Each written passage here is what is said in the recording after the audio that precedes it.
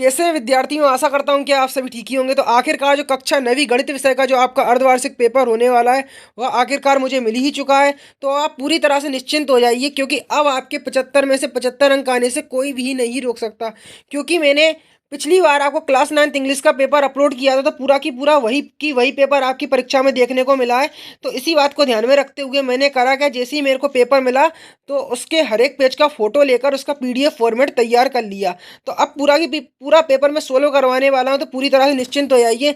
Channel पे नहीं हो तो चैनल को सब्सक्राइब कर ले और बेल आइकन को प्रेस कर ले, जिससे विज्ञान और हिंदी अन्य विषय का पेपर है उसकी जानकारी सीधा आपके मोबाइल तक पहुंच सके। तो यहाँ पर आप सबसे पहले पेपर देख सकते हैं। समय 3 घंटे का और 75 अंक का आपका पेपर होगा। यहाँ पर आप बखूबी निर्देश वगैरह पढ़ सकते हैं।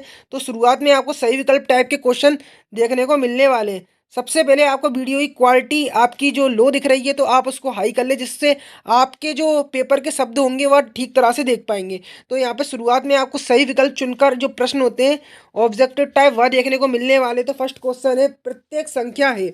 तो प्रत्येक परी में जो संख्या है वह क्या है आपकी, वो तो मैं बता दूं। प्रत्येक जो परी में संख्या होती है एक वास्तविक संख्या होती है। कैसी होती है? एक वास्तविक संख्या होती है। दूसरा क्वेश्चन है, शून्य बहुपद का शून्यक है। तो शून्य बहुपद का जो शून्यक अपना होता है, मैं आपको बता दूं, कोई वास्तविक संख्या अपना नहीं होता। नेक्स्ट आप देख सकते हैं, मूल बिंदु के निर्देशांक है। तो मूल बिंदु के निर्देशांक क्या होते हैं? 0 0 अपने होते हैं। तो यहाँ पर मैं इसका पीडीएफ फॉर्मेट भी जो सॉल्यूशन का है वह डाउनलोड करना बताऊंगा। तो वीडियो को शुरू से लेकर आखिर तक देखें, इसके किसी भी पार्ट को मिस ना करें। दो संख्याओं का योगफल 25 व अंतर 5 है, तो वे संख्याएं होंगी। तो अपनी वह संख्याएं क्या होंगी? 10 15 अपनी होगी। नेक्स्ट देख सकते हैं, थेल्स निम्नलिखित किस देश के निवासी थे? तो वह मैं आपको बता दूं, कहाँ के थे? ग्रीक के निवासी थे। ग्रीक के निवासी थे, जिन्हें अपन यूनान के नाम से अभी जानते हैं। तो यूनान के हो गए। अब समकोण त्रिभुज में सबसे बड़ी भुजा होती है। तो यहाँ पर समकोण त्रिभुज में जो कर्ण भुजा होती है वह सबसे लंबी तड़ंगी होती है। तो यहाँ पर आप देख सकते हैं कर्ण आपका हो जाएगा।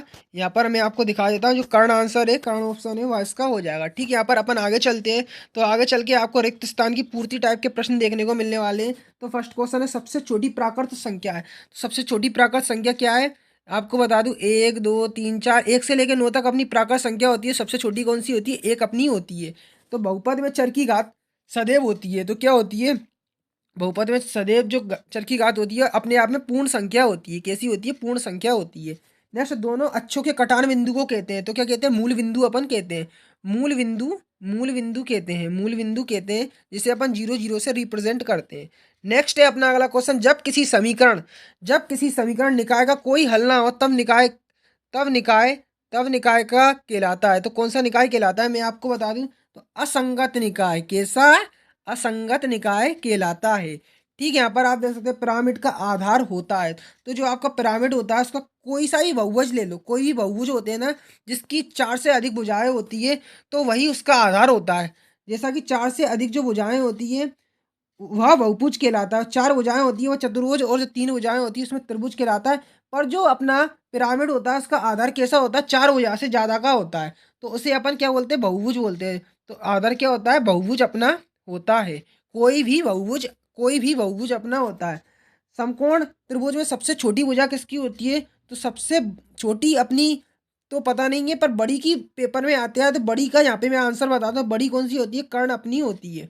और सबसे छोटी आधार भी हो सकती है या आपकी लंब भी हो सकती है। तो बड़ी भुजा तो कन्फर्म है जो कर्ण होती है।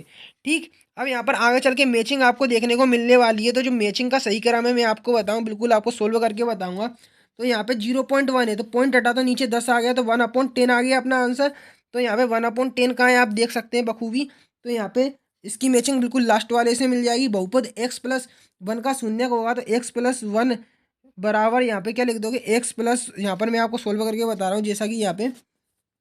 तो यहाँ पे x+1 की मैचिंग किससे मिलेगी? -1 वाले से मिल जाएगी। अब प्रांत डोमेन की जो मैचिंग होगी वह किससे मिलेगी? प्रांत डोमेन की तो x अक्ष के निर्देशांक से। रेखाएं संपाती होती है, तो रेखाएं संपाती किससे कौन सी होती है? अनंत अनेक हल होते हैं तब रेखा संपाती में। दो समान वृत्तों की त्रिज्याएं, तो दो समान वृत्तों की त्रिज्याएं वो होती है तो समान होती हैं। ठीक, यहाँ पर आप देख सकते हैं त्रिभुज जिसका कोण 90 डिग्री होता है, समकोण त्रिभुज होता है, 0.1 की मैचिंग मिलेगी 1/10 से। तो ये सही क्रम आप देख सकते हैं। अब आगे चलते हैं, तो यहाँ पे एक वाक्य वाले या एक शब्द में प्रश्नों के आपको उत्तर देना होंगे।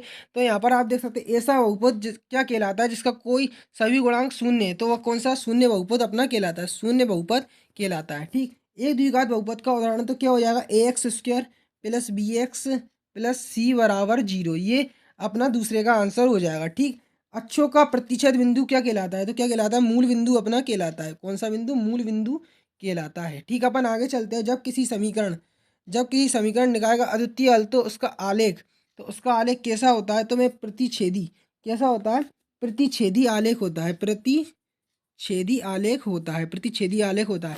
अब यूक्लिड की अवधारणा लिखना है, तो यूक्लिड की अवधारणा क्या होती है, एक बिंदु से, तो तो जो यूक्लिड की अवधारणा होगी मैं आपको बताऊं, एक बिंदु से एक अन्य बिंदु तक एक सीधी रेखा खींची जा सकती है। तो ये किसकी अवधारणा हो गई, अपनी यूक्लिड की अवधारणा हो गई। अब समबाहु त्रिभुज क्या होता है, तो मैं आपको बता दूं, वह त्रिभुज जिसकी सभी भुजाएं बराबर होती है। वह त्रिभुज जिसकी सभी भुजाएं कैसी होती है, बरोबेर होती है, तो वह समबाहु त्रिभुज कहलाता है। अब जस्ट अपन आगे चलते हैं, तो आगे चल के यहाँ पर आप देख सकते हैं, आपको सत्य सत्य बताना है। तो यहाँ पर फर्स्ट क्वेश्चन है, प्रत्येक पूर्ण संख्या एक पूर्णांक होती है, तो क्या होता है, ये अपना सही है क्या, तो ये बिल्कुल सत्य कथन है। नेक्स्ट है, बहुपद 7 एक पदी व्यंजक है, तो ये अपना बिल्कुल सही है। अब यहाँ पे आगे चलते, तो अक्ष की कोटि सदैव शून्य होती है, तो ये क्या है, अपना सत्य हो जाएगा। एक अक्ष का समीकरण x बराबर 0 होता है, तो ये अपना क्या होता है, असत्य हो जाएगा, ये कथन असत्य हो जाएगा। पांचवा है, ज्यामिति में हम बिंदु रेखा और तल का तल को अपनी अपरिमित कहते हैं, तो ये अपना क्या हो जाएगा, अपना रोंग हो जाएगा। ठीक है, यहाँ पे पांचवा वाला है, वो अपना सत्य है। ठीक, समद्विबाहु त्रिभुज में सभी भुजाओं का योग अपना बराबर होता है, तो ये अपना असत्य हो जाएगा। क्या हो जाएगा, असत्य अपना हो जाएगा। अब यहाँ पर मैं स्क्रॉल करता हूँ, तो पेपर में आपको आगे चल के ज्ञात करना है कि 125/1/3 का यहाँ पर आप देख सकते हैं, ये आपको इसको सोल्व करना है। ठीक, क्या शून्य एक परिमेय संख्या है, आपको बताना है। और क्या यहाँ पर आप देख सकते हैं, ये क्वेश्चन है अपना कुछ, यहाँ पर आप बखूबी देख सकते हैं, ज्ञात करना है यहाँ पर। अब आपको ये क्वेश्चन देख सकते हैं, इसका सॉल्यूशन प्राप्त करना है, तो आपको कुछ नहीं करना होगा, सीधा आपको अपने गूगल पर आ जाना होगा। यदि आपको देख सकते हैं आगे क्वेश्चन का सॉल्यूशन प्राप्त करना चाहते हैं, तो पहले आप क्वेश्चन को मैं आपको बखूबी दिखा देता हूँ। आगे के जो प्रश्न है, यहाँ पर -1 और 2 के बीच की परिमेय संख्या, इनके बीच की आपको परिमेय संख्या निकालना है। ठीक, आगे चलते हैं, तो आगे चल के x के गुणांक निकालना। आगे के क्वेश्चन का आप स्क्रीनशॉट ले लें, कुछ नहीं करें, जल्द से जल्द उनको सोल्व करने लग जाएं। अब मैं आपको पूरे पेपर का जो सॉल्यूशन है, उसका PDF फॉर्मेट डाउनलोड करना बताऊंगा। तो यहाँ पे आप सबसे पहले क्वेश्चनों को देख लें, क्योंकि अब मैं आपको पूरे क्वेश्चन को सोल्व करना बता रहा हूँ। तो यहाँ पे पूरा क्वेश्चन आपको सोल्व करवाऊंगा। सबसे पहले आप इन क्वेश्चनों का स्क्रीनशॉट ले लें। अब आपको करना क्या है, सीधा आपको गूगल पे आ जाना है। तो आप भी अगर जो आपने अभी पेपर देखा है उसका पूरा सॉल्यूशन प्राप्त करना चाहते हैं, तो कुछ नहीं, गूगल पे आके आपको सर्च करना होगा class ninth math half yearly paper 2023, पीछे हिमालय सर लिख के आपको सीधा सर्च कर देना होगा। तो जैसे ही आप यहाँ लिख के सर्च करेंगे, तो गूगल के सबसे पहले ही नंबर पर आपको हिमालय सर लिखा मिलेगा। ठीक, उसके नीचे लिखा मिल जाएगा MP board class 9th math half yearly paper 2023। तो ठीक, आपको इसी आर्टिकल पर क्लिक कर देना है।